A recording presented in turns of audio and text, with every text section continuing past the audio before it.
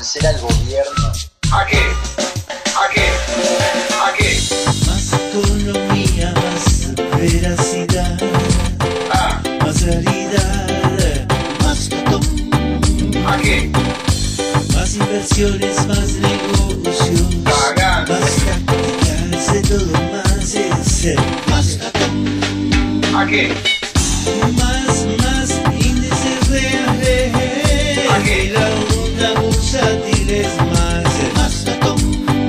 ¿A qué? ¿Cómo van? ¿Qué capta? ¿Qué capta?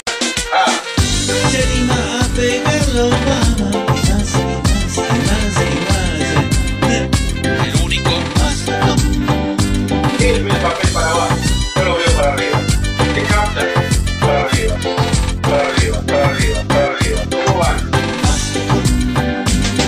Cagando. ¿Qué capta? Más botón. Cagando. ¿Qué capta? ¿A dónde voy con esto? Quizá me equivoco yo, pero bueno, a nosotros no nos puede pasar nada, nada, nada. Para mí, país.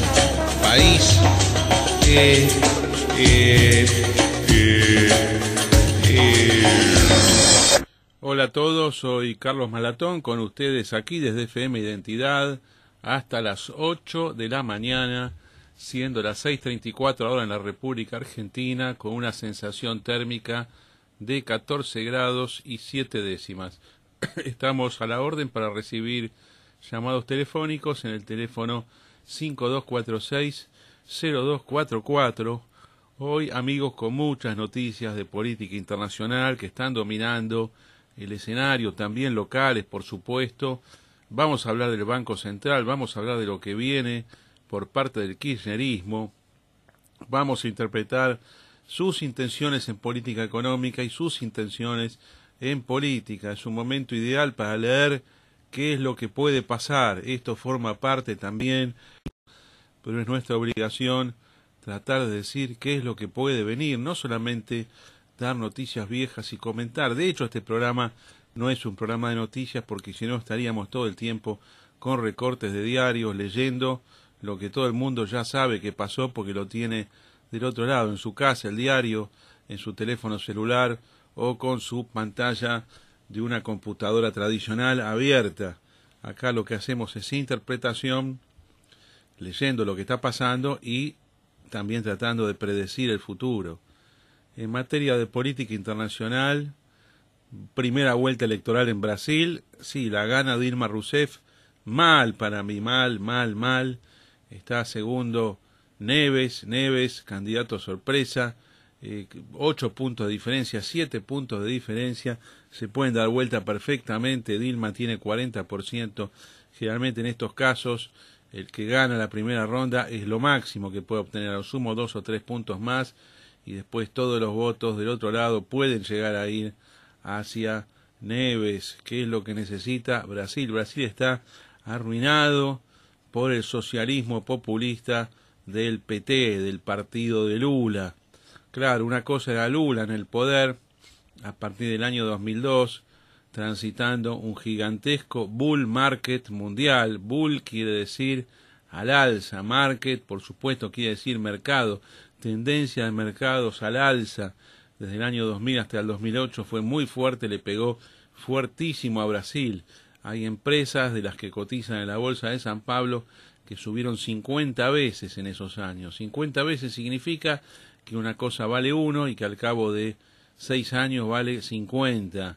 Esto produce una enorme riqueza a nivel nacional, porque los que tienen esas acciones se ven con muchísimo dinero en su poder y son los que motorizan después la economía nacional. Y acciones en el mundo moderno no tienen los ricos, sino tienen distintas capas de población, directa o indirectamente, porque las compraron o porque tienen los fondos de pensión. El sistema capitalista moderno está todo muy interconectado, muy relacionado entre sí. Ahora, ¿qué ocurrió en el año 2008? Brasil llegó a un techo de su tendencia financiera en los mercados y empezó a caer, y cae en 3 etapas, como todas las caídas.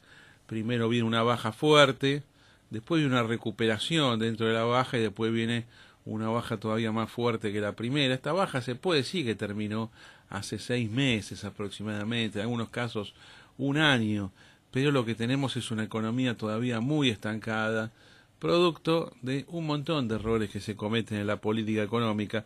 La economía se empieza a estancar por el ciclo económico, pero después se estanca más, se arruina cuando los políticos empiezan a meter mano, empiezan a decir: yo voy a controlar esto, voy a sacar esto de acá, lo voy a mandar para allá, voy a incrementar el gasto público, voy a subir los impuestos, y ahí es donde hacen macanas. Por eso, el continente que está más firme, económicamente hablando, los países que siempre van para arriba, se come cada tanto alguna caída producto de los ciclos de la economía mundial, pero son los países de Asia que llevan ya prácticamente 40, 45 años en un desarrollo liberal, capitalista, tradicional, que es lo que les permite ser verdaderamente ricos y estar permanentemente con tendencia al alza. En cambio, los países que más regulan, que más controlan, son los que están a la baja. Vamos a volver sobre el tema económico. El tema económico tiene un gran espacio aquí en este programa, como todos ustedes saben, pero antes yo quiero, dejando de lado Brasil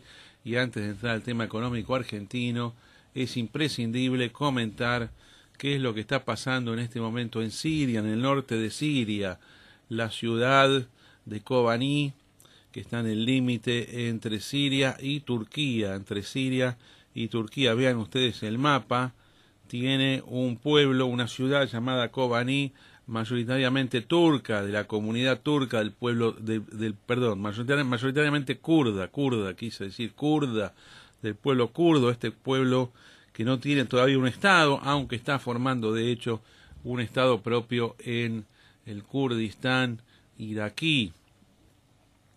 Pero hay kurdos por todas partes. Uno de los reductos de kurdos es esta ciudad Kobani en el norte de Siria.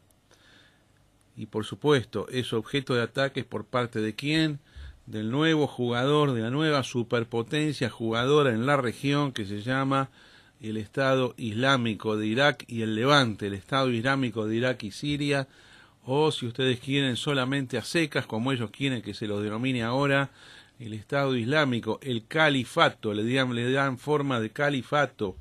Este es el proyecto. Ayer yo le hablaba con una amiga que me dice que no puede ser. Yo le dije, este es el proyecto político musulmán más importante a nivel global desde los tiempos de Saladino, desde hace varios siglos que no se ve algo así. Son un grupo de combatientes provenientes de diferentes lugares del mundo. No hace falta que seas árabe originario, basta que seas musulmán, aunque seas inglés, francés, norteamericano, dinamarqués o sueco, o belga, o holandés, o alemán. Vos te hiciste musulmán porque tu familia era musulmana, o simplemente eras un gringo común que estaba en los Estados Unidos, o un dinamarqués, de esos comunes rubios que toman leche y comen salmón, esos mismos. Bueno, vos te vas de ahí, te vas y sos parte del Estado Islámico. ¿Saben por qué digo esto? Del dinamarqués toma leche a la mañana y come salmón, primero por costumbres totalmente contrarias al Islam, pero después porque han encontrado dos dinamarqueses combatiendo con Estado Islámico. Uno murió combatiendo contra las tropas sirias de Bashar al-Assad y otro se hizo estallar con un cinturón explosivo frente a las tropas oficiales del ejército de Irak. Así que en Dinamarca están horrorizados con esto, y como es gente que es muy bien, muy lindo país Dinamarca, yo estuve 2 veces, de política internacional no entienden nada. Entonces, ¿qué hicieron ahora?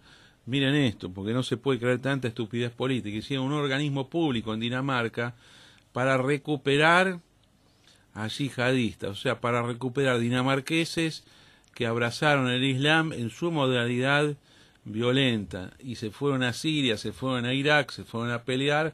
Entonces cuando vienen les dice, ustedes pueden venir acá, los recibimos con todos los honores, no los vamos a perseguir criminalmente, si tienen heridas de guerra, esquirlas, lo que sea, los vamos a curar, se encarga de todo esto la seguridad social. Además van a recibir un plan de trabajo como los que reparte la Cámpora en Argentina, van a poder vivir bien y les vamos a dar además ayuda psicológica por los traumas de guerra que ustedes tienen. Yo escribí sobre esto el fin de semana en mi Facebook, realmente más horrorizado que los daneses por lo tontos que son. Ninguno de estos tipos tiene ningún problema de trauma de guerra, están convencidísimos de lo que hacen. Lo que tienen miedo y necesitan asesoramiento psicológico son los occidentales, que no comprenden que alguien por ideología puede querer hacer lo que está haciendo. Esto es ideología pura, no es un tema de vivir mejor o de vivir peor. Eso de vivir mejor o de vivir peor es una categoría occidental que no tiene por qué funcionar en todas partes del mundo. Ni siquiera funciona en mi persona. Miren lo que les estoy diciendo, dinamarqueses, norteamericanos o quien sea. El mejor o el peor es una cuestión muy subjetiva. A alguno le puede interesar el dinero, a otro le puede interesar hablar, a otro le puede interesar combatir. Así son las subjetividades humanas. La idea occidental de que el terrorismo surge porque hay pobreza, de que el terrorismo surge porque hay falta de educación o por cuestiones de carácter social de sociedades que no incluyen, esto es incorrecto, es falso. Están conociendo la verdad. Los occidentales, los dirigentes de los países del mundo occidental están descubriendo que los yihadistas, o sea, los terroristas, los guerrilleros que siguen los principios de la guerra santa islámica, muchísimos de ellos, ya son más de 5.000, provienen de las capitales de los países occidentales. Ni siquiera son personas que hayan nacido en Siria, en Irak, en Líbano. Se formaron en las capitales y no tenían particularmente problemas económicos ni problemas de carácter personal. Simplemente en las universidades es de donde surgió esto. Como siempre sucede con las revoluciones, con los alzamientos, no se lo quiere ver así.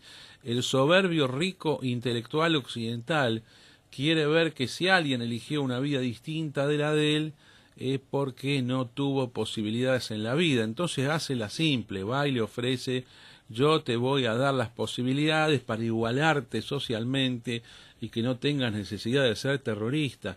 Desde la misma manera incorrecta que se interpretó el terrorismo marxista hace 30, 40, 50 años. Los móviles son ideológicos. Los dirigentes terroristas de África, Asia, América Latina eran en realidad personas que tenían un buen pasar económico, que inclusive habían estudiado en las universidades del extranjero, en Estados Unidos, habían estudiado en Francia, en Inglaterra, fundamentalmente Francia e Inglaterra. ¿Quiénes fueron los líderes nacionalistas independentistas del África y de Asia? Eran dirigentes que habían estudiado, por supuesto, en las capitales más importantes de Occidente, en las principales universidades, y esa línea ideológica es la que después ellos bajan hacia su pueblo entero y terminan ganando la pulseada cuando asumen la conducción militar, cuando adoptan la modalidad de guerrilla, la modalidad militar. Las guerras se gana, la política en estos niveles se gana mediante la guerra, mediante la violencia. Para quien no quiera entender esto, lo que yo estoy diciendo, si no lo entiende, lo lamento muchísimo. Yo hago el máximo esfuerzo por explicarlo. Yo describo la realidad. Me guste a mí la realidad o no me guste a mí la realidad, es lo que tengo que decir. A mentir a este programa no vengo, como siempre les digo. Hay otros lugares donde se puede ir a falsificar la realidad impunemente. En este programa no. Esos son los móviles de los yihadistas. Quieren armar un Estado islámico en formato de califato que abarque primero, el objetivo es Siria e Irak, que son los países que ellos han encontrado fáciles. Después ya están interfiriendo en el Líbano, van por la conquista del Líbano. Viene muy bien la campaña. Después van a ver el resto del mundo. Falta mucho para el resto del mundo y van a tener batallas importantes y puede ser que sean finalmente derrotados. Pero esta guerra no es lo que cree Estados Unidos. Voy, tiro bombas, mato 4 o 5 tipos y se acabó el tema. No les va a funcionar lo que hicieron contra Gaddafi en Libia. Es más, este fin de semana ni siquiera han operado con el ejército, con la fuerza aérea, digo, porque no tienen qué cosa atacar, no se dan cuenta, no hay cuarteles, no hay carros militares, no hay nada, hay simplemente gente que toma el territorio con armas livianas, apenas tienen piezas de artillería, es más, ni les hacen falta, ellos van directo, toman las poblaciones, matan ejemplificadoramente a 40, 50, 100 le cortan las cabezas, los demás tienen que obedecer, el que se convierte al Islam bien, el que no se convierte lo matan. Las mujeres, castigo, las quitamos, son esclavas sexuales, no sé, la locura que tienen estos tipos con las mujeres es una cosa gravísima. Después se andan condenando en Occidente actos discriminatorios, cosas que son totalmente superficiales en relación a las atrocidades que se ven en esos lugares del mundo, perpetradas en estas guerras internas donde árabes matan a árabes, árabes combaten a árabes, árabes exterminan a árabes, es entre ellos la cosa.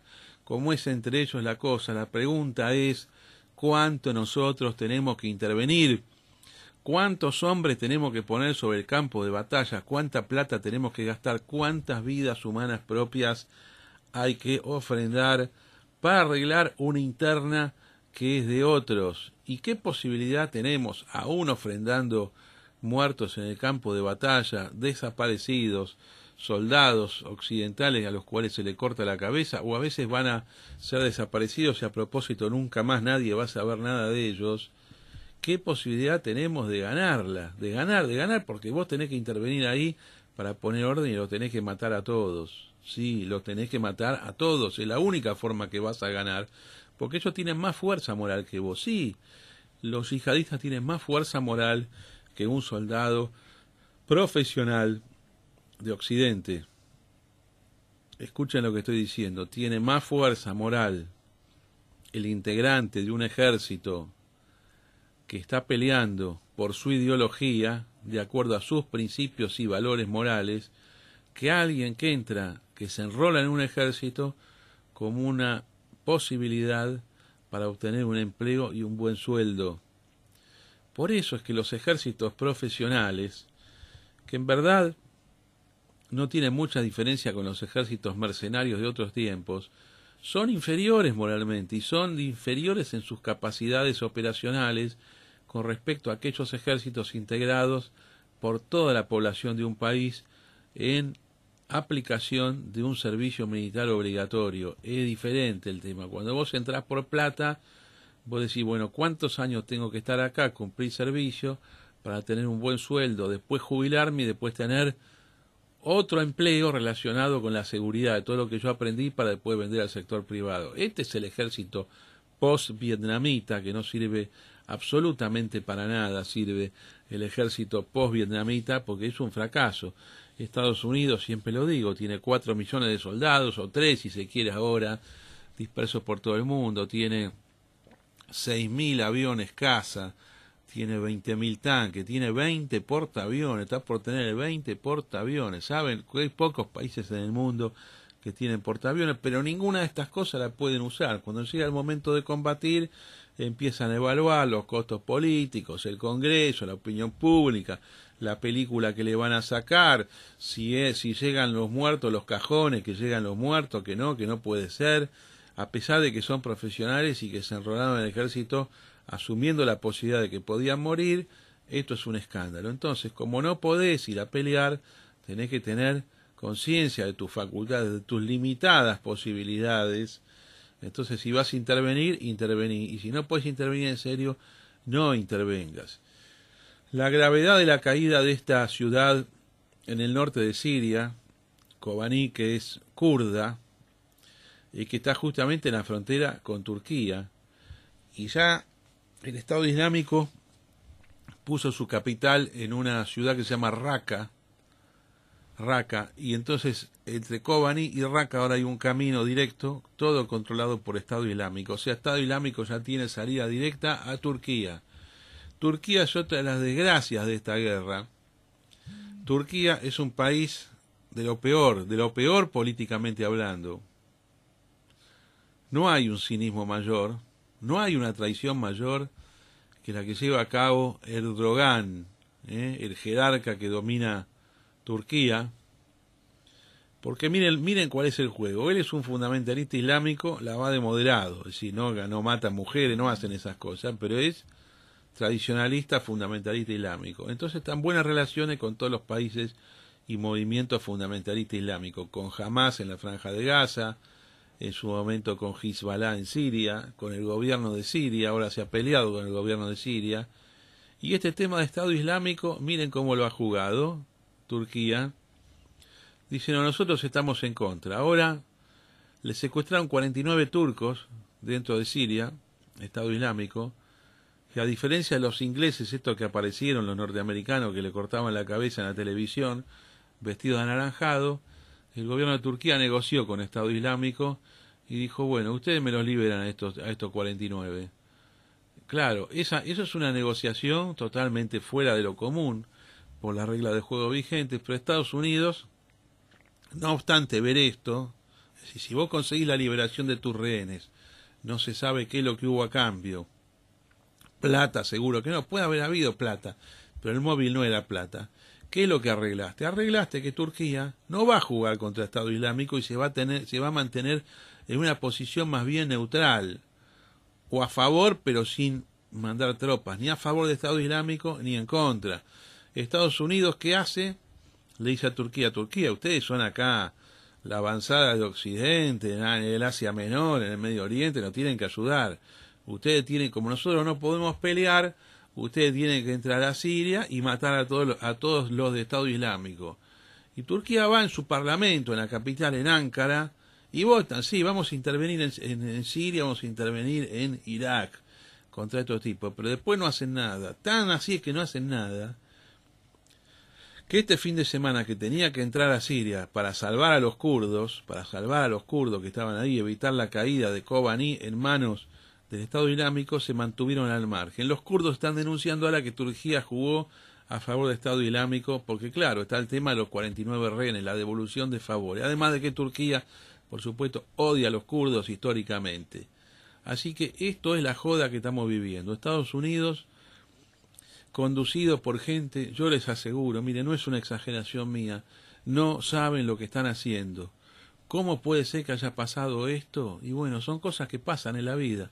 Los dos que conducen a Estados Unidos en este campo, que son el presidente Obama y el secretario de Estado Kerry, no tienen la menor idea de lo que están haciendo en el Medio Oriente. Desconocen, no tienen capacidad intelectual para comprender las alianzas contra alianzas, los juegos, las declaraciones de uno y las declaraciones de otro, porque son medios caballos, los yanquis son medios animales interpretando la conducta de aquellos pueblos que son distintos.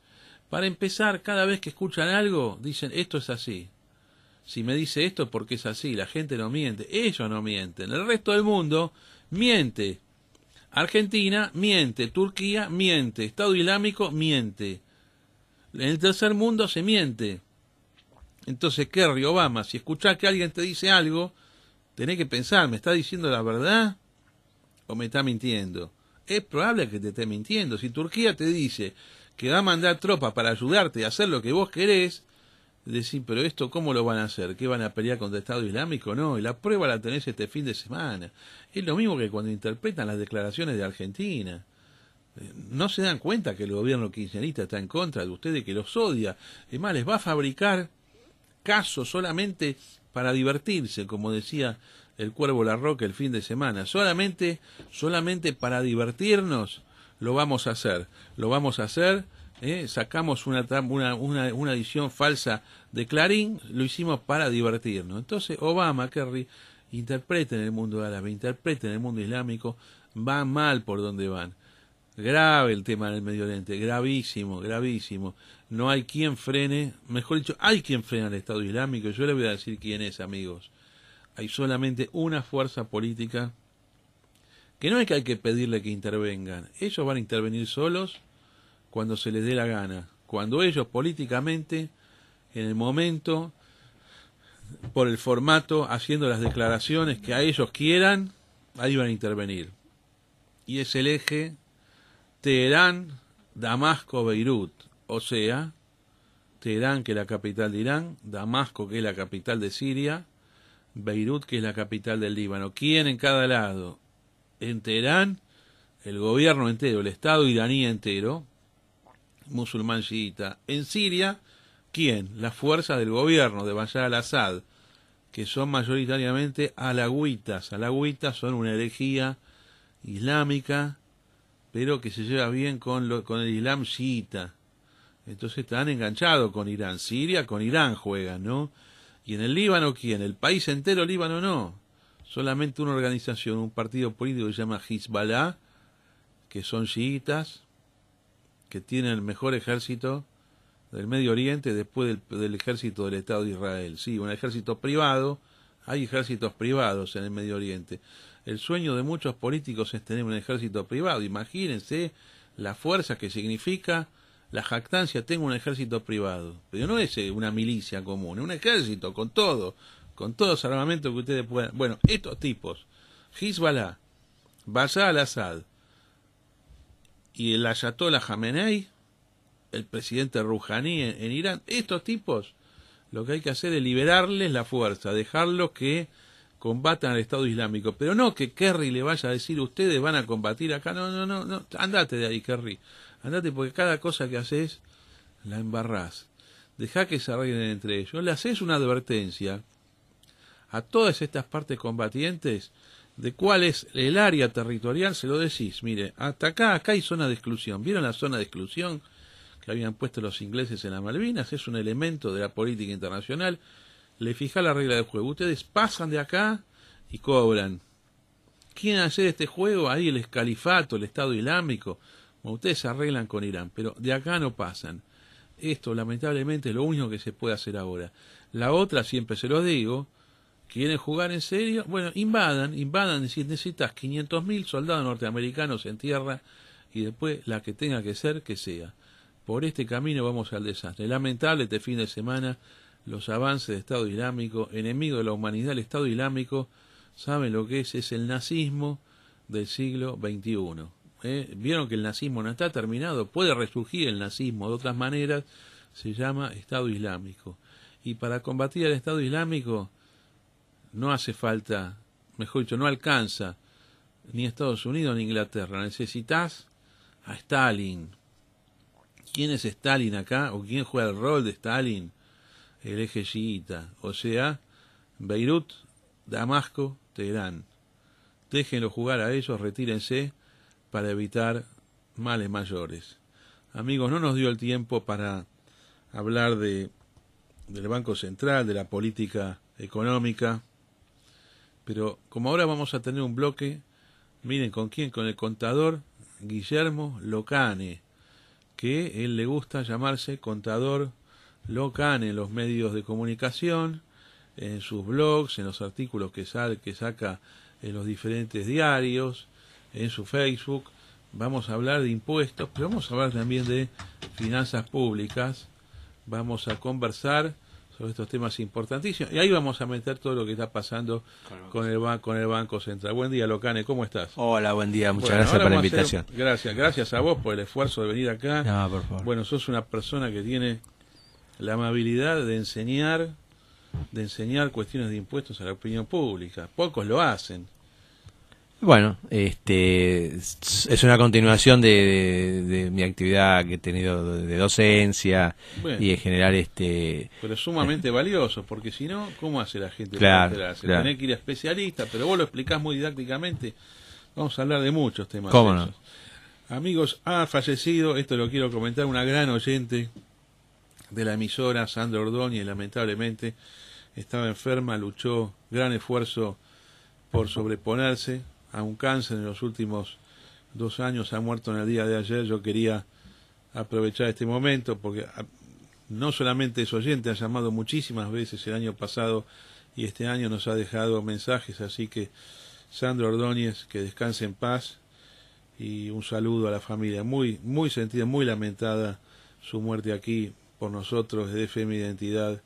Además era una gran amiga Facebook, amiga política, una persona excepcional. Queremos usar estos minutos, dejar un saludo a todos y que descanse en paz Sandra Ordóñez.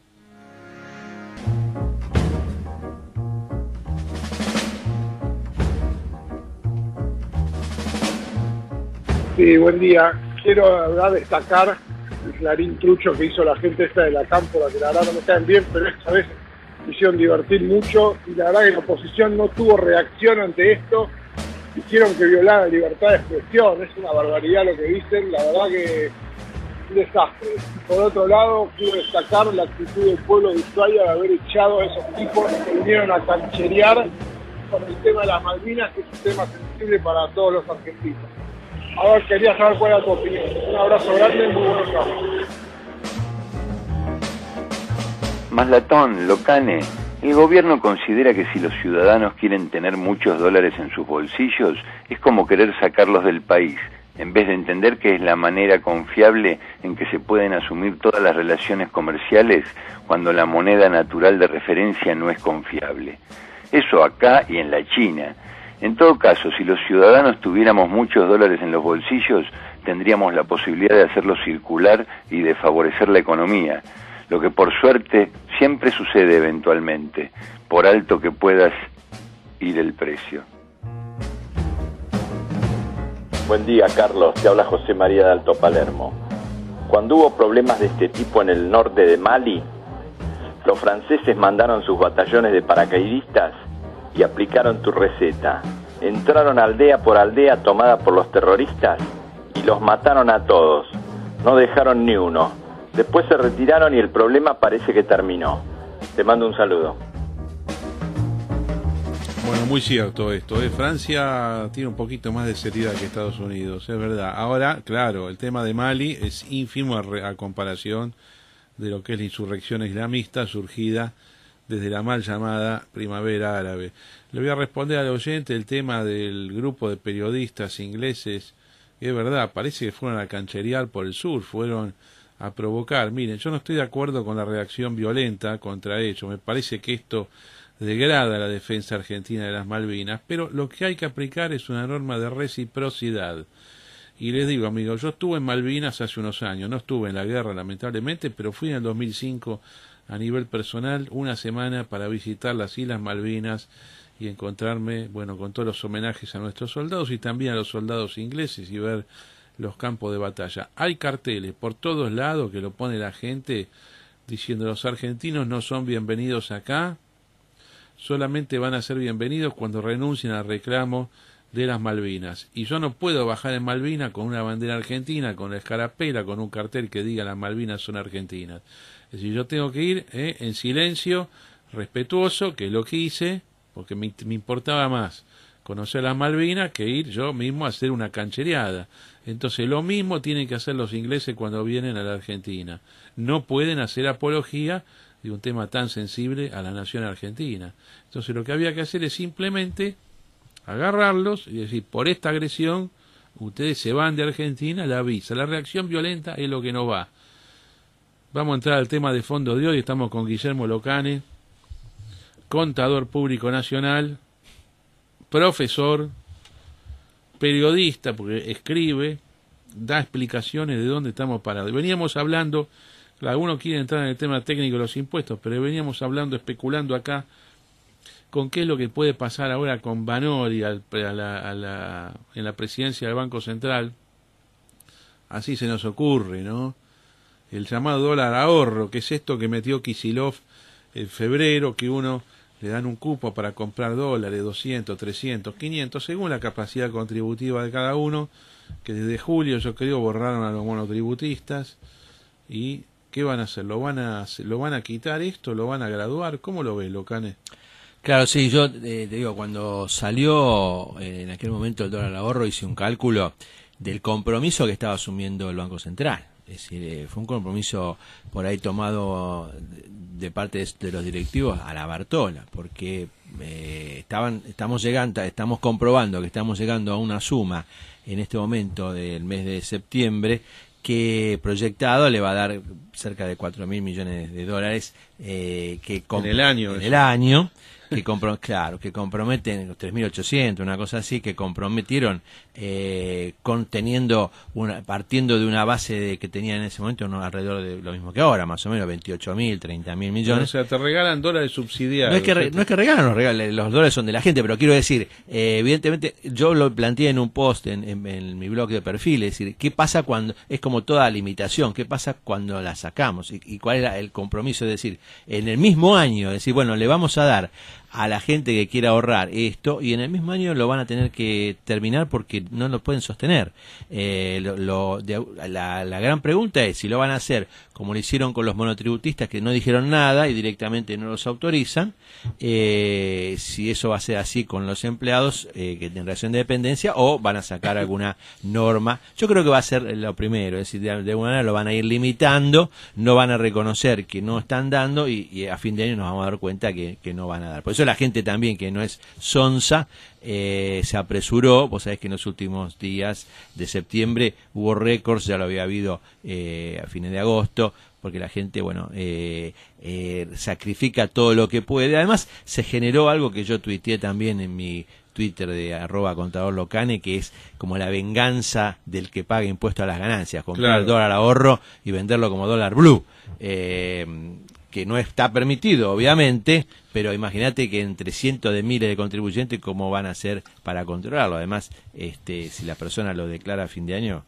pero no los tiene, va a ser difícil que lo lleguen a verificar. Bueno, esa es una cuestión. Claro, vos decís que alguien dice, a mí me matan con impuestos por todos lados. ¿Cómo me compenso yo? Agarro la oferta que me hace el gobierno de venderme dólares a 8,50. Más el 20. Más el 20, que te da... Sí, 11 te da más o menos. Pasa de los, lo vendo a 15, me agarro 4 pesos, me venden $1.000, son 4.000 pesos por mes. Claro. Y así con lo eso hago paga, todos los con eso meses. paga la cuota del auto, Claro. o más que la cuota del auto. Paga tributo que tiene que pagar. Claro, digo, no es general, pero yo estoy de acuerdo que es una venganza, ¿eh? Sí. Lo planteé de esta manera y me retuiteó alguna gente como coincidiendo con esto, porque se da otra circunstancia. En este segundo semestre, los que pagan impuesto a las ganancias, estoy hablando de empleados de relación de dependencia, no dejemos los autónomos que ya están sufriendo hace años por no tener los mínimos que corresponden, están siendo golpeados más que nunca, sí, los que pagan. ¿Por qué? Porque todos ya están con los aumentos de los convenios salariales, sí, y otra vez no hay actualización. Y otra vez no hay actualización. Entonces, muchos, gente me consulta, mismo empleados, que se ha dado una circunstancia, como en general el empleado de relación de dependencia no tiene a quién preguntarle qué pasa con sus impuestos. El empleado en relación de dependencia no tiene un contador que lo asesore permanentemente. Tampoco tiene el tiempo o la posibilidad de acercarse a la dirección de personal de la empresa, decir, bueno, por ahí lo sacan carpiendo, digamos. No le van a dar bola. No le dan bola. Entonces muchos me escriben, sí, me consultan. ¿Y cuál es la duda que te...? Bueno, hay miles. Muchas de las dudas están referidas a cómo se hace el cálculo, porque imagínate vos, es imposible para un contribuyente individual verificar por sí mismo si el cálculo que le retuvieron es correcto o no. Por ejemplo, hay meses, llamemos el mes del aguinaldo, o los meses en que empieza a funcionar el aumento salarial por convenio, que por ahí te lo pagan en 2-3 cuotas. Entonces vos tenés, y además suponete que en ese mes hiciste horas extra, se te hace una ensalada que a vos te dicen, bueno, te retuvimos 5.000 pesos, y vos decís, estará bien, y debe estar bien. Y el mes pasado te retuvieron 3.000, y vos decís, qué sé yo, debe estar bien. Entonces, mirá lo que te quería contar, que es una cosa que me ha sucedido en algunos canales que me invitan programas que me invitan de televisión a charlar sobre estos temas. Cuando me voy, no falta el cameraman o que me dice, contador, lo vamos a ir a consultar porque tenemos un lío nosotros que no sabemos si nos puede atender. Es lógico. Claro, es una realidad. Han convertido lo que era normalmente una retención normal de aquellos sueldos de alta envergadura, que tienen que haber la retención de impuestos a la ganancia, como hay en todas partes del mundo. Una de las preguntas que más me hacen en la televisión es, ¿con este impuesto existe en el mundo? Por supuesto que existe en el mundo. Sí, pero con mínimos no imponibles. Con mínimos, reales. claro. Tiene como $40.000, $50.000 es el mínimo no imponible. Claro, pero por ejemplo, el income tax en Estados Unidos es el impuesto base. Pero es un impuesto que empezaría a regir, más o menos te lo digo así, en lo que sería en Argentina 500.000, 600.000 pesos. Anual. Yo te estaba por tirar una cifra superior. Superior. Superior. ¿Así te da superior? Sí.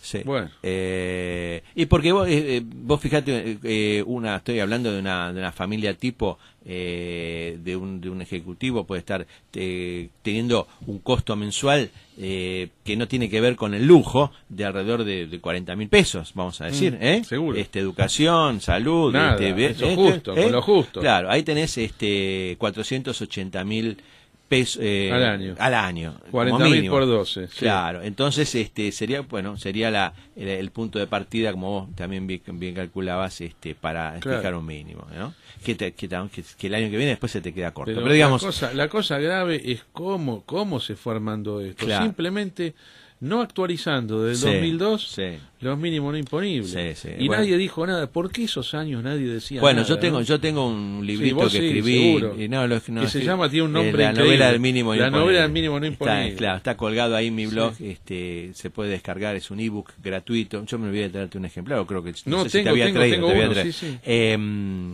pero bueno, relata un poco también la doble cara de los dirigentes sindicales, que en ese momento no tenían, encabezado muchas veces por Moyano, que no tenían la enjundia como para enfrentar y pararse y decir con lo que está diciendo. Ahora, además, mal asesorado. Hay una cuestión que yo puse en una nota hace muchos años, que por ahí en este tema tendrían que tener menos abogados y más contadores en el asesoramiento de los dirigentes sindicales, porque los asesoró mal Recalde en aquel momento.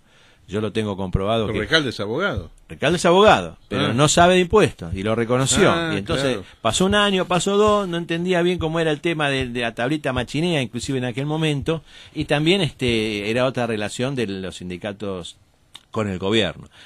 Así que hay toda una cuestión de pagar una cierta ignorancia, y además yo lo pongo en el libro. Yo creo que el expresidente Kirchner se dio cuenta recién en el 2005-2006 la caja tremenda que podía significar esto. Ellos todavía no se habían dado cuenta qué pasaba si dejaban planchadito el mínimo y después entraban en el abuso, y estamos en lo que estamos ahora. Que forma parte de lo que yo planteo de los derechos del contribuyente. Es decir, en muchas partes del mundo existen legislación que ampara al contribuyente frente a los abusos del fisco. Muchos me dirán que ya las constituciones los defienden frente al fisco, al público en general, pero se ha comprobado que no es absolutamente así, y en muchas partes del mundo, Italia, España, Estados Unidos, ahora hace poco México, Australia, existe lo que se llama el Estatuto del Contribuyente o la Ley de Defensa del Contribuyente, cosa de que no pueda el Estado abusar de un poder omnímodo que tiene, que es el de cobrar impuestos. Claro, ahora te pregunto, ¿los códigos de defensa del contribuyente o las leyes de defensa del contribuyente hacen alusión al derecho del contribuyente cuando está frente a la administración por su caso concreto, o tiene que ver también con la norma general? Porque a mí me parece que la norma general viene del Poder Legislativo, por impulso del Poder Ejecutivo, te mete cualquier cosa. Obviamente, pero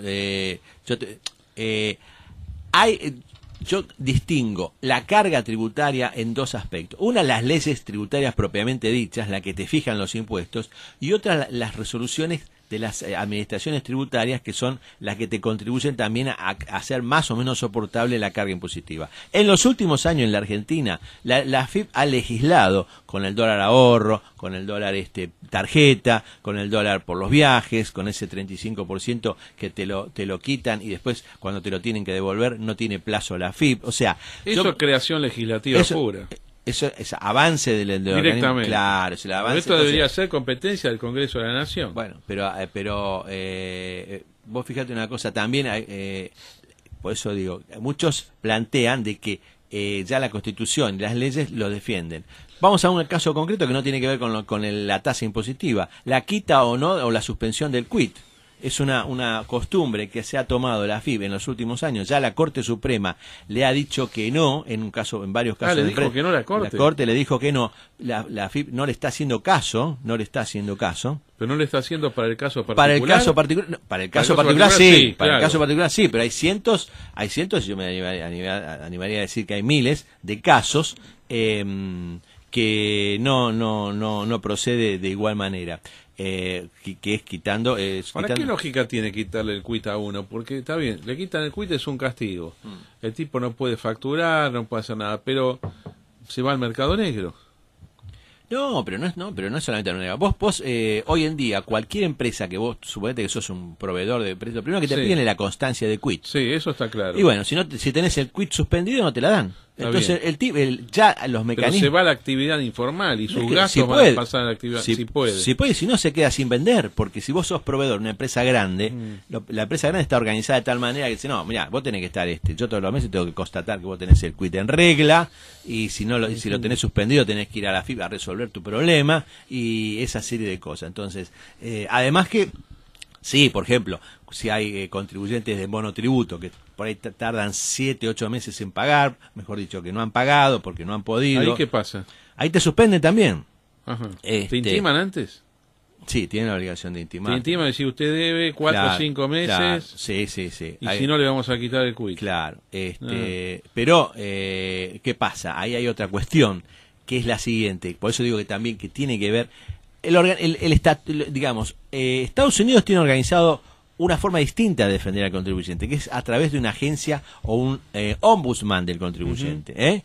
Hay dos modelos. Uno es el modelo español, que es con un estatuto, una carta, donde dice, bueno, estos son los derechos, qué sé yo, y otro o italiano también, y otro es el modelo americano, y el modelo que tomó también México, que es decir, no, vamos a crear a alguien que...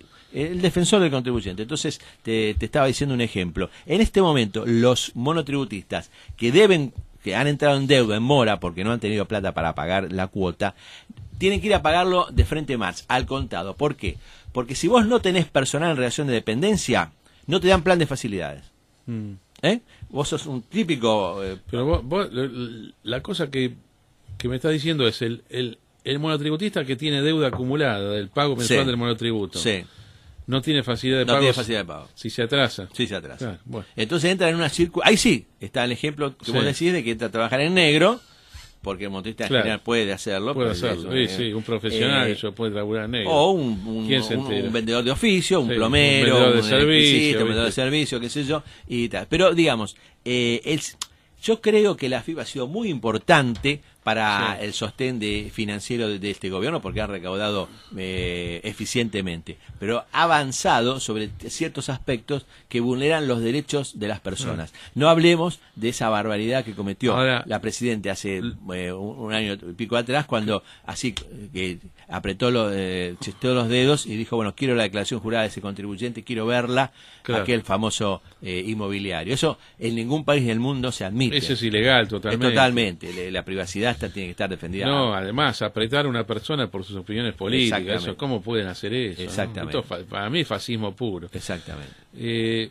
Locane, pero todo esto lo que está representando es un Estado que en dimensión y en términos reales creció al doble en 12, 13 años. Bueno, sí, la presión tributaria pasó de, vamos a decir números redondos, de 20 a 40. De 20 a 40, claro. En la década, ya desde primeros años del siglo hasta hoy.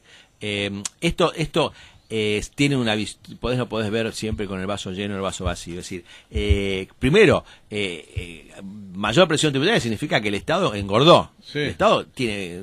Porque de otro lado está el gasto. Claro, esa plata que el Estado recauda para su es plata que le quita al sector privado. Eso está clarísimo. Hay que ver, cuando te preguntan, pero esta presión es excesiva. Bueno, si te devuelven en calidad de vida, si te dan buena educación, buena seguridad, buenos caminos, lo que todos sabemos que el Estado tiene que proveer, por ahí vos te satisfacés con pagar más impuestos. Pero en general no es así. Y en el caso de los empleados en relación de dependencia, vuelvo al tema, se han calculado, está publicado, que vos estás trabajando más de medio año para el Estado. Es decir, a veces suena... hasta el 17 de julio creo que era el día. Sí, yo lo publico todos los años. Te digo una cosa, empezamos en abril. En abril era mayo y ahora estamos en trabajar hasta, algunos, los que más tributan, hasta el 17 de julio trabajando para el Estado. Pero solamente con el tema de retención de jubilación y de ganancias. Porque vos sabés que vos cuando terminaste de cobrar el sueldo, te vas al supermercado, te cobran el 21, y si fuiste con el auto y cargas nafta, en el tanque tenés más impuestos que nafta. Claro, porque esto siempre hay que tenerlo en cuenta. Los impuestos no son los que vos pagás en tu rol de persona que vende un servicio o que percibe un salario. Están, claro, O como empresario. Es cuando vos consumís también estás pagando impuestos. Claro, están los impuestos indirectos que son son ocultos. Claro, el IVA. O cuando vos tenés cosas que están sujetas a gravamen. Sí, al patrimonio. Claro. Claro. Entonces se va sumando. se va sumando, y además con un agravante en nuestras formas de organización institucional. Tenemos poderes nacional, provincial y municipal, con los cuales le comen el bolsillo, digamos, diversos concurren a tributarse en diversos estamentos. Ahora vos fijate, Locane, el impuesto municipal típico, que es el alumbrado, barrido y limpieza, sí. Bueno, si fuera alumbrado, barrido y limpieza, vaya y pase, pero tiene otros elementos que lo componen, la contribución territorial, claro. Bueno, distintos ítems, o inclusive el alumbrado, barrido y limpieza mismo, que va sobre la propiedad. Si vos ahí estás pagando un impuesto que funciona como patrimonial, yo sé, vos me vas a decir, no es impuesto, es tasa, yo entiendo la diferencia, pero a su vez después vos pagás eso mismo, lo pagás por los bienes personales. Claro. Entonces ahí está la doble, triple tributación. Claro. A mí me cuesta a veces explicar estas cosas en determinados niveles porque a la gente le parece increíble. Pero lo que sucedió en los últimos años es que aquella crítica que siempre hacía, porque históricamente los organismos internacionales decían, los argentinos pagan poco de impuestos, no sé si vos recordás. Me acuerdo, claro. El Fondo Monetario Internacional tenía... En los años 80 decían eso, acá 80 y nadie 90. paga nada, claro. El Fondo Monetario tenía informes enteros referidos a que Argentina era un país de baja tributación, de alta evasión, y que esto en algún momento se tenía que corregir. Bueno, parecería que lo hubiera corregido un gobierno que se ubica, o dice que se ubica en las antípodas ideológicas del Fondo Monetario. Lo corrigió el gobierno de Kirchner. Claro, pero nos fuimos para el otro lado. Para el otro lado. El país que más paga, ¿no? Exactamente. Entonces, hay que encontrar un equilibrio. Lamentable. Va a pasar lo siguiente, yo lo vengo diciendo. La situación de baja de inflación, que inevitablemente en algún momento vamos a tener que ir, porque si no nos vamos a explotar, va a provocar baja de recaudación. Claro. Porque la mayoría de los impuestos, estos récords que todos los meses anuncia el señor Echegaray, son nominales. Son nominales, no son ajustados por inflación, por índices correctivos. Entonces, todo lo que significa baja inflación va a significar baja de recaudación, con lo cual los impuestos van a tener que ser más eficientes, va a haber que tener mayor capacidad de recaudación o de control de la evasión, pero hay que tener cuidado de que no se avancen sobre derechos elementarios de contribuyentes. Por eso planteo que es el momento en que los contribuyentes, la gente tome conciencia de plantearle a los futuros presidenciables que se están barajando que no va a ser por el lado de los impuestos que se ajuste la Argentina. Locane, ¿cómo se paga el gasto público?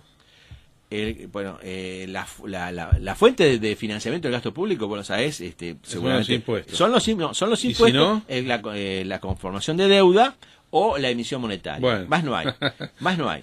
O sea, en este momento nosotros tenemos dos. Y tres, si vemos cómo se financia con deuda interna. En este momento el Estado se está financiando de las tres maneras: altos impuestos, alta inflación y endeudamiento.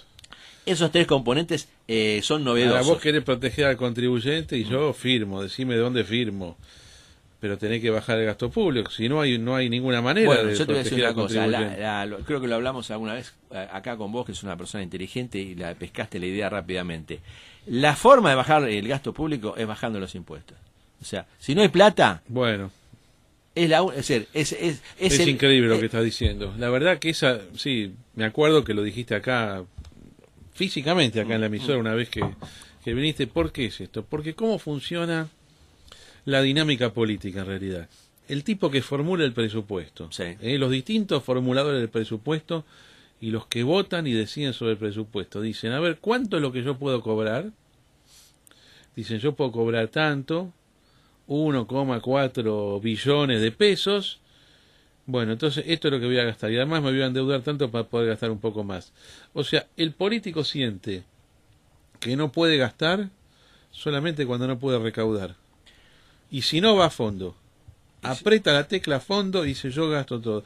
No existe el político que por propia iniciativa debería existir, dice yo voy a bajar el gasto público como fin en sí mismo. Y es muy difícil porque tiene, primero, la opinión pública se le puede tornar en contra y además las estructuras burocráticas prácticamente lo tornan imposible. Vos sabés cómo la forma práctica y concreta que yo lo he visto en la administración pública, de cómo se conforma el presupuesto, es decir, mira, ¿cuánto gastamos el año pasado? 100. Y bueno, pone 130. Esa es la forma. Ah, sí. Después para lo discriminan el sueldo, gastos operativos, gastos de edilicio, qué sé yo. Pero en general es casi automático. Entonces, partir de esa base es difícil. Yo siempre digo, la única forma de cerrar una oficina es sacar el escritorio y la silla. O sea, no tiene otra forma. Vos no pones racionalizar con el tipo que te dice, que decís, bueno, mira, vamos a achicar acá en vez de... Sí. No. Es la supresión del organismo como tal. Sí. Como eso es difícil de hacer, difícil de plantear, por ahí lo que hay que defender es que no sea siempre permanentemente el contribuyente el que esté financiando eso, es decir, que haya un poco más de racionalidad, qué sé yo, a lo mejor lo logramos. Locane, interesantísimo. Vamos a volver en 5 minutos. Estamos aquí en el estudio de FM Identidad con el contador Locane, analizando la situación económica del país, analizando los impuestos. Locane, ¿cuál es el futuro del monotributo? Contame un poco. En un régimen simplificado, muy fácil, pero ahora hay que hacer un montón de cosas más, ¿no? Soy defensor del sistema porque los nuevos emprendimientos, el profesional que comienza, los chicos que quieren lanzarse a facturar, a trabajar, es un esquema válido. Evidentemente tuvo defectos de parte de AFIP, tuvo defectos de parte de los contribuyentes, que muchos abusaron manteniéndose dentro de la categoría que no correspondían, porque pasaban la facturación. Y a su vez la AFIP abusó no corrigiéndola. Entonces, yo creo que el sistema hay que defenderlo. En este momento está vulnerado, pero hay que defenderlo. Es una forma fácil de la gente. Aparte, la gente, cuando lo ve más o menos que funciona, paga. Porque es fácil, decir, bueno, mira, esto es lo que tengo que pagar a fin de mes y listo. Muchos se han metido también en su momento como con el débito automático, o sea que imagínate que no tenés que ir al banco a pagarlo, ya es una ventaja, o lo podés pagar por internet. Ahora, algunas categorías tienen que hacer un reporte mensual, ¿no? Sí, prácticamente. No mensual, de cuatrimestral. Desde las categorías medias, ya en adelante lo tenés que hacer, además si saliste del sistema lo tenés que seguir haciendo, y si saliste de la categoría también lo tenés que seguir haciendo. Es un poco hincha. Hay gente que se puso canchera y otro que tienen que pagar un honorarito ahí al contador, pero para hacer el informe. Pero no digo que... ¿Y qué hace AFIP después con esa información? Claro. ¿Qué hace? ¿La cruza? ¿Qué hace? Sí, bueno, vos fíjate que siempre... La AFIP tiene una base de datos impresionante, con lo cual puede hacer muchas cosas están bien y otras cosas, como siempre, están mal. Pero en el caso de monotributistas que tienen gastos que no se corresponden con la categoría que estás, te salta muy rápidamente, y han creado una cosa que seguramente muchos oyentes la deben haber recibido, que se llama la fiscalización electrónica. Es decir, a vos te mandan a tu casa, no va el inspector a visitarte, ni tampoco era posible ante cientos de miles de contribuyentes. Te mandan un email para que vos mandan una notificación a tu casa con un código con el cual vos tenés que entrar a internet, a tu cuenta tributaria, y ahí te hacen las preguntas que te quieren hacer. Por ejemplo, si usted viajó en tal fecha y tal fecha y no se corresponde eso, los gastos que pudo haber tenido con su categoría, no está mal. ¿Y vos qué haces ahí? ¿Contestás? Tenés que contestar por internet también. Y no es solamente con datos, vos haces como un descargo. Es decir, vos haces un descargo, vos justificás por qué viajaste. Podés acompañar en formato PDF las pruebas que consideres necesarias, y la inspección continúa o no, pero siempre en forma electrónica. Eso no está mal, es decir, todo el servicio que ha dado la FIB en cuanto a internet es espectacular. El tema es cuando se abusa de eso, y entonces para venderte $100 para viajar, $80 por día, te preguntan hasta, digamos, que el número de camisa que vas a usar. Claro, ahora vos fíjate, sería tan fácil, todo este tema del dólar ahorro que vos planteaste al inicio del programa, es muy fácil. Un mercado de cambios, o unificado y libre para todos, o si que no te gusta, mantenés el dólar comercial, el dólar financiero, y mandás a todo el mundo al dólar financiero a operar como quiere. Claro. Y basta de vender dólares el gobierno, no sé por qué, qué locura que tienen con este tema, ¿no? Sí, sí, está muy, yo creo que hay, lamentablemente lo veo por mi experiencia en la facultad, se han formado muchos profesionales que tienen escasa capacidad ¿Por de qué por tu conocimiento. experiencia en la facultad? Digo, de charlas con los gente, estudiantes, con los profesores, ¿y ¿no? qué es lo que pasa? Digo, hay mucha gente que no sabe de qué se trata la cosa, sobre todo en la rama de economía. Es decir, yo siempre digo que el contador, que es una profesión que por ahí está en segundo orden, pero es el que mejor conoce la economía de un país porque la palpa a diario con sus clientes. Y vos sabes que vos te das cuenta cuando el cliente lo primero que te dice es, che, ¿cómo hago para tomar más gente? Ahora vos sabés que esto que vos estás diciendo es tremendo. La Facultad de Ciencias Económicas de la UBA, que yo visito frecuentemente porque me invitan a dar clases en el tipo mercado de capital, en esas materias, que son materias que son solamente para economistas, no para contadores, yo les saco de cultura general, de un tema de impuestos, nadie agarra nada. No. Pero yo digo, ¿cómo puede ser? ¿No es la misma facultad? No. Nada, como si fueran facultades diferentes. Vos sabés que yo a diferentes. veces tengo miedo de preguntarle cuánto es el clearing bancario en la Argentina, porque ahí puede haber economistas, inclusive a lo mejor funcionarios de este gobierno, que vos le decís, ¿cuánto es el clearing de un cheque del interior? Y no te saben responder. Entonces, claro. ¿El valor al cobro existe todavía? Sí. ¿Todavía hay valor al cobro? Y sí, porque es una forma... Que es más de 96 eso, ¿no? Y bueno, es un negocio de los bancos, claro. Es una cosa... en ese por el fee que tiene, por el... Claro, pero además, ahí sí te tengo que decir, fíjate vos, que los bancos no han desarrollado las tecnologías a la altura de lo que lo han desarrollado otros sectores. Ojo, el sector bancario no está proveyendo un buen servicio. Por ahí se han quedado en algunas cosas. Pero digo, hoy en día un empresario pyme o un profesional con capacidad de ahorro, de inversión, de meterse en los negocios, no lo está decidiendo, yendo a la pregunta tuya, y nosotros lo percibimos como contadores. Y ya no sé, viste, hace 5 o 6 años atrás, todavía te venían a preguntar cómo hacemos un fideicomiso para hacer una obra desde el pozo. Hoy en día eso ya no es tan habitual. ¿Por qué? Y porque la gente tiene miedo, no sabe, no se decide a invertir, claro. No se decide a tomar determinadas posiciones, y entonces ocurre al tema del ahorro más elemental, que es el ahorro en billete, digamos, viste, ya vos te das cuenta que hay lista de espera para las cajas de seguridad de los bancos, ahí ya tenés una respuesta. Siempre están llenas las cajas de seguridad. Hay lista de espera, lógico. Claro. Entonces ahí tenés una respuesta de la realidad. Digo que muchas veces los economistas de formación académica no se fijan tanto en esas cosas, ¿no? Locane, volviendo al tema del monotributo, han puesto obligación para ciertas categorías de hacer factura electrónica, ¿no? Sí. Bueno, hay determinados rubros que los llevan a eso. Es por el tema, es la combinación. Puede ser contribuyente inscripto o puede ser monotributista, pero en determinados rubros tenés que hacerlo por internet. ¿Profesionales cómo es? Los profesionales hay varios rubros, la publicidad, el profesional. Claro. O sea que dijeron, acá vos para emitir factura la tengo que registrar antes, que eso es básicamente la factura electrónica. La factura electrónica es un servicio que le brinda la FIP, es gratuito, vos entras a internet con tu quit, con tu clave fiscal, pedís factura electrónica, llenás unos datos y ya te imprime, y se la mandás por PDF a tu... ¿Y es fácil? Es fácil. ¿No hace falta contador o sí? Yo te diría... digamos, una vez que está armado el esquemita, armar el esquemita dentro de tu cuenta tributaria, hay que recurrir a un profesional. Claro. Pero después todos los meses, yo creo que lo podés hacer tranquilamente. Bueno, además, hay gente que se acostumbró a hacerlo. Mira esto, obviamente aparece un contador, Eduardo Catarino, y me dice, loco, los contadores somos los que más sabemos de la economía real, que era justamente lo que yo te iba a preguntar a vos. Claro. ¿Cómo está la situación? Claro. ¿Qué nivel de recesión estamos viviendo? Claro, bueno, Decime. le mando un saludo al colega y nosotros en realidad lo tenemos que difundir esto porque muchas veces yo veo en los medios que se consulta a los economistas por la profesión y no por el conocimiento.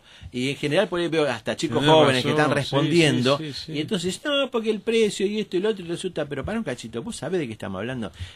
Concretamente, para responder, nosotros estamos percibiendo que hay dificultad en la cadena de pagos. O sea, las pymes le compran, ¿cuál es la característica pyme? Le compra a un grande y le vende a un grande. Es decir, el tipo, qué sé yo, fabrica, no sé, unas cosas elementales, lo tiene que comprar a los grandes proveedores de la industria metalúrgica o plástica. Factura y lo vende a otro. Y lo vende a otro. Entonces está, el tipo, ¿qué pasa? El que le vende lo aprieta y el que al que él le vende no le paga o le paga con demora. Entonces ahí entramos en una cadena que a mí me da, digo, todo tiene que ver con todo y todo tiene su explicación. Hasta hace 2 años, vos, cuando podías la posición de IVA mensual, pagarla en hasta 6 cuotas. La AFIP te daba 6 cuotas. Hace 2 años, ya no, el año pasado, a principio del año pasado, Chegaré dijo, no, basta, la AFIP no va a financiar. Para el IVA que vos percibías, lo podías integrar en 6 meses. El saldo técnico, el saldo que tenías que pagar, el saldo. Si vos tenías dificultades, te daban 6 cuotas. Te daban 6 cuotas, automáticamente. ¿Con interés? Con interés. Con interés, pero claro, interés, 1,5. Claro, pero ¿qué pasa? ¿Cuál es el problema? Muchas empresas pyme que ya tienen ocupado su cupo con el banco, no podían, cuando tenían atrasos financieros de AFIP, con AFIP, no podían ir al banco a pedirle más plata, porque el banco no te da. Y la AFIP te daba esa facilidad. Eso se terminó en el año, a principios del año pasado. Con lo cual, Chegaré dijo, bueno, la AFIP no es financiadora de cosas. Que vayan al banco, pero el banco no te da más cupo, no es porque el banco te da no te da un nivel y no te da, te compra cheque y otra cosa. Entonces, vos tuviste, ¿qué pasó? La gente se atrasó y ahora tuvieron que hacer otro plan de facilidad especial de 24 cuotas para resolverlo. Con lo cual quiero decir, nosotros tenemos, el pyme está teniendo problemas con el que le vende la materia prima, problemas con su cliente, y además está teniendo problemas porque no consigue financiación y la que consigue es cara. Está bien. Y entonces, vos estás viendo problemas en la cadena de pagos. ¿Estos síntomas vos los observaste en qué recesión anterior? ¿2001? Totalmente. ¿Ah, sí? Lo primero que, por ahí, te digo, por alguna relación que por ahí, o consulta que te hacía algún estamento político, en el año 2001 me acuerdo, decía, pero ¿usted en qué ve que estemos tan mal? En la cadena de pago. En la cadena de pago.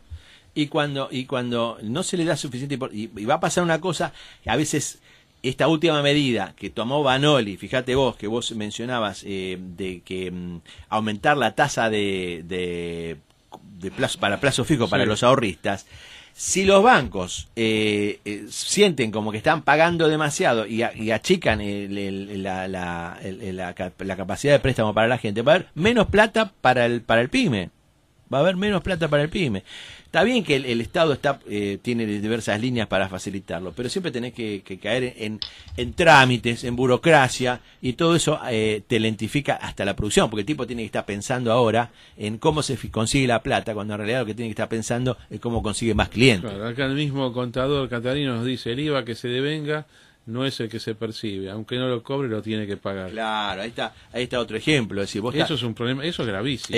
Por eso, fíjate vos una cosa, y voy al o sea, te fundís, y voy a lo que vos me preguntabas. Dice, bueno, pero cuando vos me decías, bueno, pero el contribuyente, los derechos del contribuyente los defiendo desde el Congreso. El plazo de IVA, plazo de IVA lo fija la AFIP. Lo fija la AFIP. ¿Te das cuenta? Y un plazo de IVA que te pusieron al día 18 del mes siguiente, te mató. Si vos no necesitas ninguna ley para corregirlo, tenés que establecer o el IVA por lo percibido, que una forma también de calcularlo, o darle 60 o 90 días. Pero digamos, yo te diría que muchas de las dificultades que tienen las pymes y los contribuyentes hoy en día se corrigen con normas de AFIP. No necesitas prometer bajar los impuestos que después no lo vas a poder hacer. Yo digo, a veces los políticos tienen, cuando le hablan de impuestos, tienen dos aspectos. Es decir, dicen, te los voy a bajar, y después dicen, no sé si lo voy a hacer, ¿no? Piensan, bien, no sé si pero no tiene ninguna seriedad decir voy a bajar impuestos, sino decir cómo lo vas a hacer. Exacto. Tenés que bajar el gasto. Con lo cual es medio chanta. Con lo cual es medio chanta. Entonces, Sí. digo, metete en la cuestión de administración tributaria, fíjate cómo se están cobrando los impuestos, fíjate cómo está cobrando, por ejemplo, Provincia de Buenos Aires, el famoso, Ciudad de Buenos Aires, el CIRCREP, que mucha gente que me está escuchando seguramente sabe que cada vez que le acreditan un cheque, un pago, el banco tiene obligación de retenerte por ingresos brutos, y vos capaz que ni sos contribuyente de ingresos brutos, porque sos profesional. En Ciudad de Buenos Aires sabes que está Sí, en exento. Ciudad de Buenos Aires Entonces, está exento. todas esas cuestiones son de administración tributaria. A eso yo quiero, es el acento que yo estoy haciendo. Sí, bueno, yo no sé quién tomó la posta, si fue Montoya en la provincia de Buenos Aires hace 10 años o AFIP, pero este tema de que vos haces la actividad económica y ahí te van quitando, te van comiendo, es tremendo. Sí, Montoya fue nefasto en ese sentido porque además con un criterio netamente, quiero decir, netamente fiscalista, que por ahí esto es como la conquista de los pueblos. ¿Sí? Vos necesitas los bárbaros. Para conquistar, ganar una guerra necesitas los bárbaros. Pero para administrar un país necesitas los administrativos, que donde necesitas la paz, Claro. donde haya derechos y obligaciones. Seguro. En este momento, en el tema tributario, hay solamente obligaciones y prácticamente el ningún contribuyente derecho. no tiene ningún derecho. Y lo último, estimado contador Locane, vos como síntoma de recesión hiciste alusión a la ruptura de la cadena de pagos. Elongamiento por ahora, no está rota. No está facturación, contame Sí. facturaciones. Si vos tuvieses que comparar estos 9 meses que vivimos ya del año 2014 contra los 9 del año 2013, en términos nominales y en términos reales, ¿la facturación es más baja? Bueno, en términos nominales por ahí todavía no. Obviamente, nominales no. Por la corrección de precios. Pero si vos me decís que es 25% más alta, yo te digo estamos en recesión. Claro, bueno. Los precios están 40, 45 más altos. No. Hay gente que no se han corregido los precios como tenían que corregirlo y le han bajado las cantidades. Han bajado las horas extras, eso es una evidente. Horas extras. Claro, eso es evidente, ¿viste? Hay veces que no te ayuda tanto comparar precios por las dificultades de la inflación. Pero el tipo que te dice, bueno, no, horas extras no, o bajemos las horas extras, o tal cosa, ahí ya hay un síntoma. Claro, por eso vos fijate lo que son las cosas, como en moneda nominal es difícil comparar las cosas, y la moneda constante siempre está el criterio, ¿cómo se calcula el Producto Bruto? Por cantidades fijas. Qué lógica que tiene todo eso, ¿no? Esto es un tema ya de economista, pero de finanzas públicas. Claro. Es un tema de finanzas públicas, es un tema Bien. que a mí me interesa mucho, porque en ese sentido también la Argentina tiene mucho para corregir la forma de cálculo, la Bien. forma de calcular el PBI. Locane, ¿cómo se te sigue a vos? ¿Por dónde? ¿Cómo se te Bueno, ubica? Si se puede comunicar sí, bien no, con te vos. agradezco. ¿Cómo Sí, es? sí. No, bueno, en Twitter mucha gente sabe que tengo la arroba contador Locane. Arroba lo mismo que en contador Locane. Facebook también, contador Locane, todo junto. Y en perfil escribo en el blog del contador Locane, que ahí está el libro, la novela de Mínimo no Imponible. Esas son las formas de Si alguien de quiere relacionar. hablar con vos Ahora, por un motivo profesional, te mando un no sé- tuit, una cosa así, un mensaje en mirá, el Facebook. te voy a decir una cosa, le voy a decir ahora. Mi mail Bueno. profesional es contadorlocane@gmail.com. Qué fácil que la armaste. La armamos. Arreglaste todo Claro, fácil. claro. Todo contador Locane. Todo contador Locane y otra cosa. Así que estamos a disposición de la gente que nos Bueno, quiera cómo no. consultar. Muchísimas gracias por tanta ayuda libre de cargo, ¿no? No, yo te agradezco. La verdad porque que esto programa es muy- gratuito. Este programa es muy reconocido. ¿Cómo no? Tengo noticias de que llega a lugares insospechados, porque yo nunca pensé que llegaban hasta San Isidro, no sé. Sí. Me lo comentaron Se acá. escucha además como se sube la grabación. Ahora vamos a subir. En media hora está la grabación en el aire. Claro. Entonces la gente va escuchando, va coleccionando. Sí. Entonces dice, bueno, ¿qué dijo Locane hoy? Lo vamos a estudiar. Está muy bien. Mil gracias, O sea, Esperamos me olvidé, verte de nuevo. te agradezco. En Sí. Facebook también están como Contador Todo, Locane, Contador lo que- Locane. donde estuvimos en los programas de Sí, televisión. y la además, radio. pones en Google Contador Locane sí, y ahí sale salís con todo. sale un ciento Bueno, de miles. gracias, No, Locane. gracias a vos por la invitación. Gracias, amigo, por la atención. Mañana seguimos con todo. Mucha suerte en el día de hoy.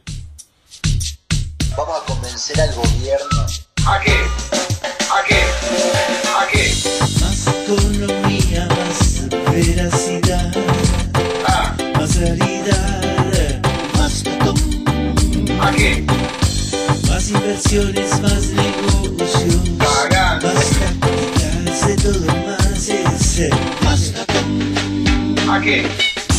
más índices reales, ¿A qué? la onda bursátil es más botón. ¿A qué? ¿Cómo van?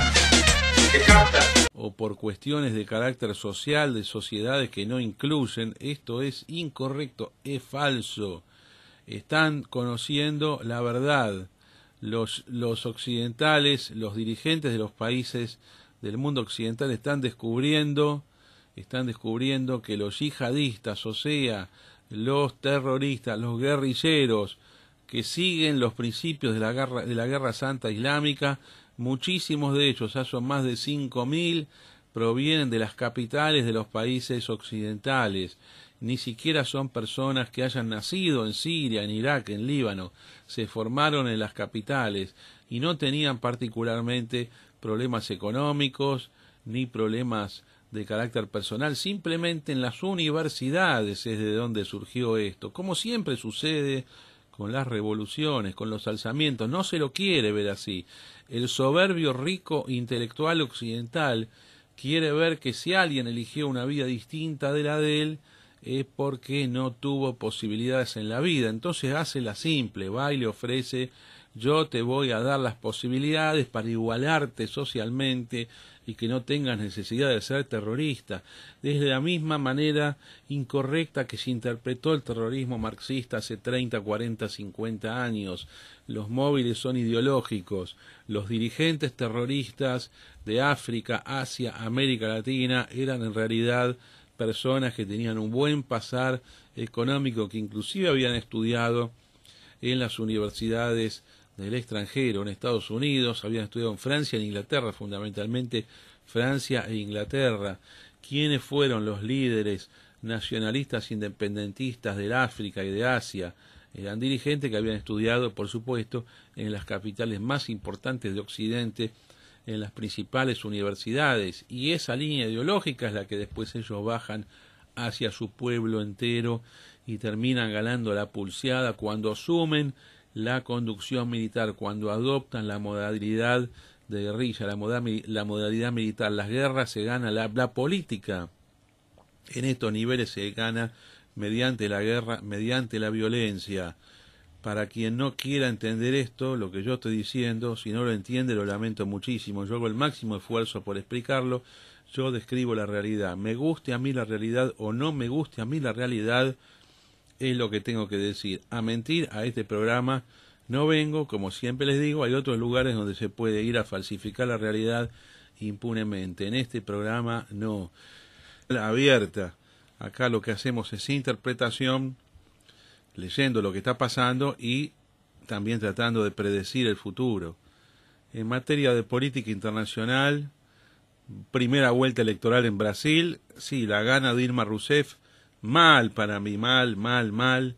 Está segundo Neves, candidato sorpresa, 8 puntos de diferencia, 7 puntos de diferencia, se pueden dar vuelta perfectamente. Dilma tiene 40%, generalmente en estos casos el que gana la primera ronda es lo máximo que puede obtener, a lo sumo 2 o 3 puntos más, y después todos los votos del otro lado pueden llegar a ir hacia Neves. ¿Qué es lo que necesita Brasil? Brasil está arruinado por el socialismo populista del PT, del partido de Lula.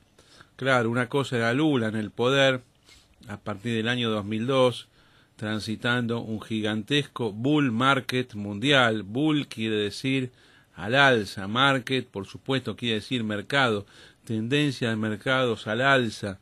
Desde el año 2000 hasta el 2008 fue muy fuerte, le pegó fuertísimo a Brasil.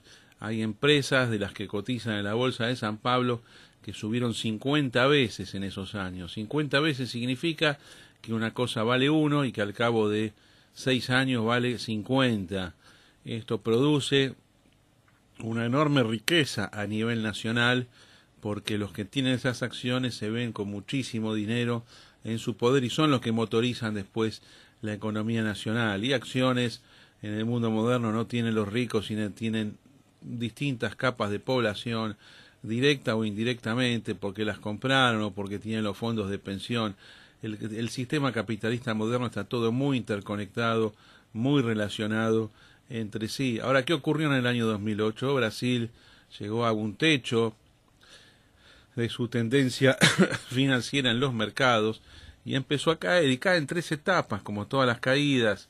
Primero viene una baja fuerte, después viene una recuperación dentro de la baja y después viene una baja todavía más fuerte que la primera. Esta baja se puede decir que terminó hace 6 meses aproximadamente, en algunos casos 1 año, pero lo que tenemos es una economía todavía muy estancada, producto de un montón de errores que se cometen en la política económica.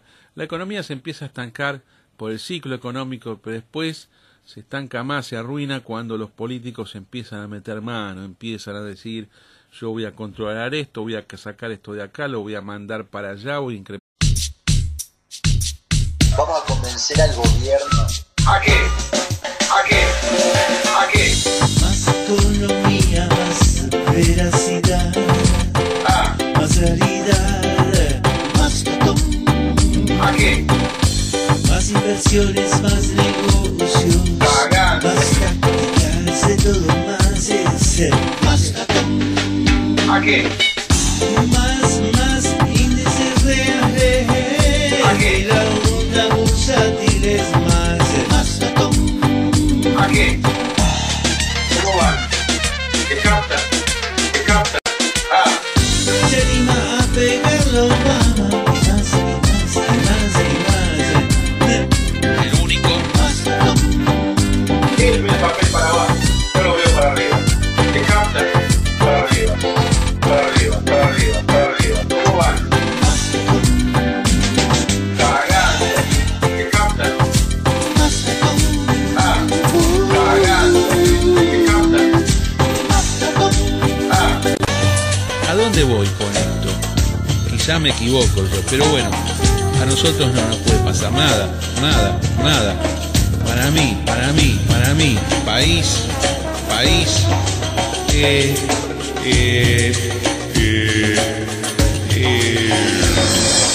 Hola a todos, soy Carlos Malatón, con ustedes aquí desde FM Identidad hasta las 8 de la mañana, siendo las 6:34 ahora en la República Argentina, con una sensación térmica de 14 grados y 7 décimas. Estamos a la orden para recibir llamados telefónicos en el teléfono 5246-0244. Hoy, amigos, con muchas noticias de política internacional que están dominando el escenario, también locales, por supuesto. Vamos a hablar del Banco Central, vamos a hablar de lo que viene por parte del kirchnerismo. Vamos a interpretar sus intenciones en política económica y sus intenciones en política. Es un momento ideal para leer qué es lo que puede pasar. Esto forma parte también, pero es nuestra obligación tratar de decir qué es lo que puede venir, no solamente dar noticias viejas y comentar. De hecho, este programa no es un programa de noticias, porque si no estaríamos todo el tiempo con recortes de diarios, leyendo lo que todo el mundo ya sabe que pasó, porque lo tiene del otro lado, en su casa, el diario, en su teléfono celular o con su pantalla de una computadora tradicional que estaba en los Estados Unidos, o un dinamarqués de esos comunes rubios que toman leche y comen salmón, esos mismos. Bueno, vos te vas de ahí, te vas y sos parte del Estado Islámico. ¿Saben por qué digo esto? Del dinamarqués toma leche a la mañana y come salmón. Primero, por costumbres totalmente contrarias al Islam, pero después porque han encontrado dos dinamarqueses combatiendo con Estado Islámico. Uno murió combatiendo contra las tropas sirias de Bashar al-Assad y otro se hizo estallar con un cinturón explosivo frente a las tropas oficiales del ejército de Irak. Así que en Dinamarca están horrorizados con esto, y como es gente que es muy bien, muy lindo país Dinamarca, yo estuve 2 veces, de política internacional no entienden nada. Entonces, ¿qué hicieron ahora? Miren esto, porque no se puede creer tanta estupidez política. Hicieron un organismo público en Dinamarca para recuperar a yihadistas, o sea, para recuperar dinamarqueses que abrazaron el Islam en su modalidad violenta y se fueron a Siria, se fueron a Irak, se fueron a pelear. Entonces, cuando vienen les dice: ustedes pueden venir acá, los recibimos con todos los honores, no los vamos a perseguir criminalmente, si tienen heridas de guerra, esquirlas, lo que sea, los vamos a curar. Se encarga de todo esto la seguridad social. Además van a recibir un plan de trabajo como los que reparte la Cámpora en Argentina, van a poder vivir bien y les vamos a dar además ayuda psicológica por los traumas de guerra que ustedes tienen. Yo escribí sobre esto el fin de semana en mi Facebook, realmente más horrorizado que los daneses por lo tontos que son. Ninguno de estos tipos tiene ningún problema de trauma de guerra, están convencidísimos de lo que hacen. Lo que tienen miedo y necesitan asesoramiento psicológico son los occidentales, que no comprenden que alguien por ideología puede querer hacer lo que está haciendo. Esto es ideología pura, no es un tema de vivir mejor o de vivir peor. Eso de vivir mejor o de vivir peor es una categoría occidental que no tiene por qué funcionar en todas partes del mundo. Ni siquiera funciona en mi persona. Miren lo que les estoy diciendo, dinamarqueses, norteamericanos o quien sea. El mejor o el peor es una cuestión muy subjetiva. A alguno le puede interesar el dinero, a otro le puede interesar hablar, a otro le puede interesar combatir. Así son las subjetividades humanas. La idea occidental de que el terrorismo surge porque hay pobreza, de que el terrorismo surge porque hay falta de educación, aumentar el gasto público, voy a subir los impuestos, y ahí es donde hacen macanas. Por eso, el continente que está más firme económicamente hablando, los países que siempre van para arriba, se come cada tanto alguna caída producto de los ciclos de la economía mundial, pero son los países de Asia que llevan ya prácticamente 40, 45 años en un desarrollo liberal, capitalista, tradicional, que es lo que les permite ser verdaderamente ricos y estar permanentemente con tendencia al alza. En cambio, los países que más regulan, que más controlan, son los que están a la baja. Vamos a volver sobre el tema económico. El tema económico tiene un gran espacio aquí en este programa, como todos ustedes saben, pero antes yo quiero, dejando de lado Brasil y antes de entrar al tema económico argentino, es imprescindible comentar qué es lo que está pasando en este momento en Siria, en el norte de Siria, la ciudad de Kobani, que está en el límite entre Siria y Turquía, Vean ustedes el mapa, tiene un pueblo, una ciudad llamada Kobani, mayoritariamente turca, de la comunidad turca del pueblo, mayoritariamente kurda, quise decir kurda, del pueblo kurdo, este pueblo que no tiene todavía un estado, aunque está formando de hecho un estado propio en el Kurdistán iraquí. Pero hay kurdos por todas partes. Uno de los reductos de kurdos es esta ciudad Kobani en el norte de Siria. Y por supuesto es objeto de ataques por parte de ¿quién? Del nuevo jugador, de la nueva superpotencia jugadora en la región que se llama el Estado Islámico de Irak y el Levante, el Estado Islámico de Irak y Siria, o si ustedes quieren solamente a secas, como ellos quieren que se los denomine ahora, el Estado Islámico, el califato, le dan forma de califato. Este es el proyecto. Ayer yo le hablaba con una amiga que me dice que no puede ser. Yo le dije, este es el proyecto político musulmán más importante a nivel global desde los tiempos de Saladino, desde hace varios siglos que no se ve algo así. Son un grupo de combatientes provenientes de diferentes lugares del mundo. No hace falta que seas árabe originario, basta que seas musulmán, aunque seas inglés, francés, norteamericano, dinamarqués o sueco, o belga, o holandés, o alemán. Vos te hiciste musulmán porque tu familia era musulmana, o simplemente eras un gringo común,